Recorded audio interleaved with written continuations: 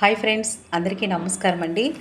మరి ప్రతి విద్యార్థి ధ్యాన విద్యార్థి అవ్వాలనే ఒక సంకల్పంతో మరి యొక్క ప్రాజెక్ట్ అనేది పెట్టడం జరిగిందండి. మనం ఒక్కొక్క రోజు ఒక్కొక్క విషయాన్ని మనం తెలుసుకుందాం మాస్టర్స్. మరి ఈరోజు వచ్చేసి మనం తెలుసుకునే విషయం, ఒకానొక చిన్న విత్తనంలోనే మన కంటికి కనిపించని ఒకానొక మహావృక్షం దాగి ఉన్నట్లే ఒక విత్తన రూపంలో ఉన్న ప్రతి విద్యార్థిలో కూడా అనంతమైన శక్తి సామర్థ్యాలు దాగి ఉంటాయి. వాటిని మేల్కొల్పే మార్గమే ధ్యానం, ఆత్మ విజ్ఞాన శాస్త్రం. ఎంత అద్భుతంగా ఉందండి. మరి చిన్నప్పటి నుంచే మనం పిల్లలకి ధ్యానం నేర్పించాలి.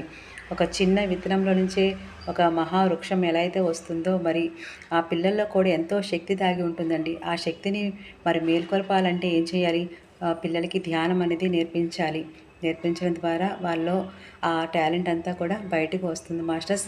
మరి పత్రి గారి కళ కూడా అదే, ప్రతి విద్యార్థి ధ్యాన విద్యార్థి అవ్వాలి అనేసి. Okay masters, thank you.